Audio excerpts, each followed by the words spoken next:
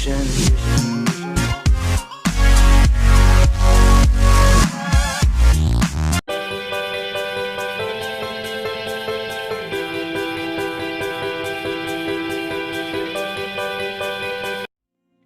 Halo, assalamualaikum warahmatullahi wabarakatuh. Kami dari kelompok 2. Pada kesempatan kali ini, kami akan mempresentasikan hasil diskusi kami. Kami akan membahas mengenai audit kepuasan, ketaatan, dan budaya organisasi. Adapun beberapa nama kelompok dari kelompok kami, yang pertama ada Anissa Nur Safi, yang kedua ada Anissa Nur Aini, yang ketiga ada Ahmad Mukhlis, yang keempat ada Ahmad Anton Alfreda, yang kelima ada Fitria Unamar, yang keenam Fahmi Firmansyah, yang ketujuh Verlita Rusliani, yang ke-8 Rizka Aisyah, yang ke-9 Rosmayanti, dan yang ke-10 adalah Slamet Cahyadi. Audit kepuasan kerja. Menurut Jennifer dan Garrett, pada tahun 1999, aspek-aspek yang mempengaruhi kepuasan kerja pegawai dibagi menjadi 3 macam. Yang pertama adalah kesesuaian kepribadian pegawai dengan karakteristik pekerjaan atau biasa disebut dengan job fit. Job fit sendiri ini adalah kemampuan pegawai untuk menyelesaikan pekerjaan-pekerjaan yang dia terima. Kemudian yang kedua adalah kesesuaian nilai-nilai pegawai dengan karakteristik pekerjaan atau biasa disebut dengan motivational fit. Dan yang ketiga adalah kesesuaian nilai-nilai pegawai dengan lingkungan sosial di perusahaan atau biasa disebut dengan organizational fit. Baik, saya akan melanjutkan tentang audit kepuasan kerja. Menurut Hasberg, setiap pekerja memiliki 2 jenis kebutuhan.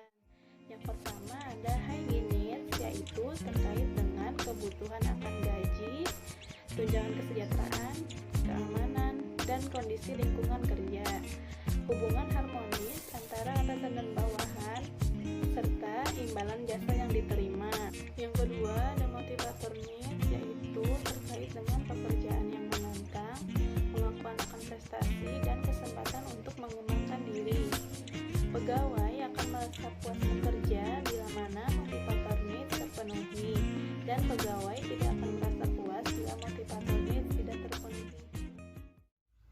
Audit kepuasan dan ketaatan budaya perusahaan dan pelaporannya.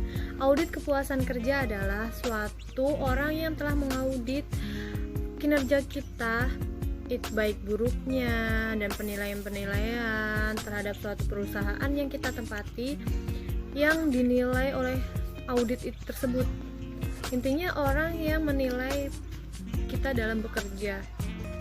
Aspek-aspek tersebut lain diantaranya adalah iklim kerja, tim kerja kita, kepemimpinan yang berurusan langsung di tempat kita bekerja itu mendorong banget untuk kita melakukan pekerjaan yang baik, yang memuaskan, yang membuat semangat pegawainya, bekerja produktivitas, menampilkan kerja yang kan sistem penggajian, memberikan kewenangan, keselarasan, nilai pribadi dengan uang atau bonus-bonus yang diberikan suatu perusahaan karena kinerjanya bagus, dapat penghargaan atau dapat, pokoknya intinya mendapatkan suatu kepuasan kerjanya karena dia bekerja dengan baik. Untuk dapat memperoleh informasi mengenai aspek apa saja yang berperan dan tingkat pengaruh aspek-aspek tersebut terhadap kepuasan kerja, auditor dapat melakukan audit kepuasan kerja dengan menggunakan kuesioner terstruktur sebagaimana pada contoh. Di dalam audit kepuasan kerja ada audit ketaatan. Dalam mengaudit ketaatan perlu dibedakan antara audit ketaatan internal dan audit ketaatan eksternal. Pertama, audit ketaatan internal adalah pemeriksaan apakah praktek kebijakan, sistem prosedur manajemen SDM yang diterapkan perusahaan sudah sesuai dengan peraturan-peraturan Code of Conduct standar yang berlaku terkait dengan pengelolaan SDM. Internal ini sangat luas cakupannya. Di antaranya sebagai berikut: kebijakan, sistem, dan prosedur SDM ini terdiri dari perencanaan SDM, kalau ada rekrutmen,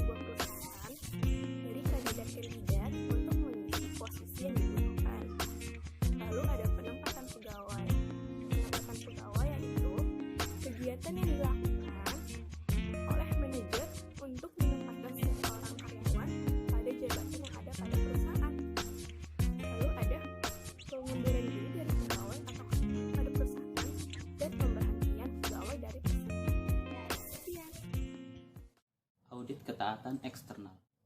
Ada beberapa hal yang harus kita perhatikan dalam audit ketaatan eksternal.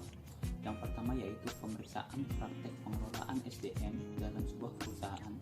Apakah sudah sesuai dengan peraturan perundang-undangan pemerintah, seperti peraturan dalam bidang pengupahan, peluang kerja yang tidak diskriminasi, lalu ada undang-undang pensiun, asuransi tenaga kerja, lalu ada K3 dan kebebasan berserikat dan hak KKB. Yang kedua yaitu pemeriksaan praktek pengelolaan tanggung jawab sosial perusahaan, apakah sudah sesuai dengan peraturan perundang-undangan pemerintah, seperti peraturan perundang-undangan pengelolaan lingkungan hidup, peraturan pembangkit tenaga nuklir, dan lain sebagainya. Akan mengambil contoh dari kompleks audit ketaatan. Kegiatan usaha bank yang semakin meningkat tersebut mengakibatkan tantangan dan ekspor resiko yang dihadapi semakin besar. Melihat perkembangan tantangan dan risiko bank yang semakin besar, maka diperlukan berbagai macam upaya untuk memitigasi risiko tersebut. Oleh karena itu, diperlukan adanya peningkatan peran dari fungsi ketaatan serta sektor media kepatuhan dan manajemen risiko dalam mengelola risiko kepatuhan. Selesai dan terima kasih. Assalamualaikum warahmatullahi wabarakatuh. Nama saya Ahmad Mukhlis. Di sini sedikit saya akan mencoba menjelaskan apa yang dimaksud dengan audit budaya perusahaan. Namun sebelum itu perlu kita ketahui bersama apa sih yang dimaksud dengan audit dan apa yang dimaksud dengan budaya perusahaan. Audit dalam arti luas yaitu penilaian atau evaluasi terhadap suatu organisasi yang dilakukan oleh pihak kompeten, objektif, serta tidak berpihak, atau yang sering kita sebut auditor. Sedangkan budaya perusahaan yaitu sikap, perilaku, kepercayaan atau nilai yang dianut atau dilakukan oleh sekelompok orang yang berada dalam suatu organisasi perusahaan, dan hal itu yang membedakannya dengan perusahaan lain. Nah, bisa kita simpulkan bahwa audit budaya perusahaan yaitu suatu kegiatan yang dilakukan oleh pihak yang kompeten guna menilai atau mengevaluasi sikap-sikap yang terdapat atau perilaku yang terdapat di dalam suatu organisasi perusahaan dalam menjalankan operasionalnya guna mencapai suatu target yang dilakukan oleh perusahaan tersebut. Nah, untuk pembahasan selanjutnya bisa kita simak dari teman-teman saya berikut ini. Terima kasih. Dalam mengaudit budaya perusahaan, auditor sebaiknya memeriksa dari artefak yang ada di perusahaan tersebut. Contohnya, perusahaan A yang memiliki nilai-nilai utama integritas seperti teamwork, adaptability, concern for quality, dan fostering change, akan tetapi tidak menerapkan nilai-nilai tersebut dalam profil staf sebagai kompetensi yang dipersyaratkan, maupun sebagai bagian dari kompetensi yang dinilai dalam penilaian kinerja, jelas belum menerapkan fungsi rekrutmen, seleksi, dan penilaian kinerja berbasis kompetensi selaras dengan nilai-nilai utama perusahaan. Selain artefak, auditor juga dapat mengidentifikasi budaya perusahaan dengan cara melakukan survei. Saya akan melanjutkan pembahasan mengenai audit kepuasan kerja dan ketaatan budaya perusahaan.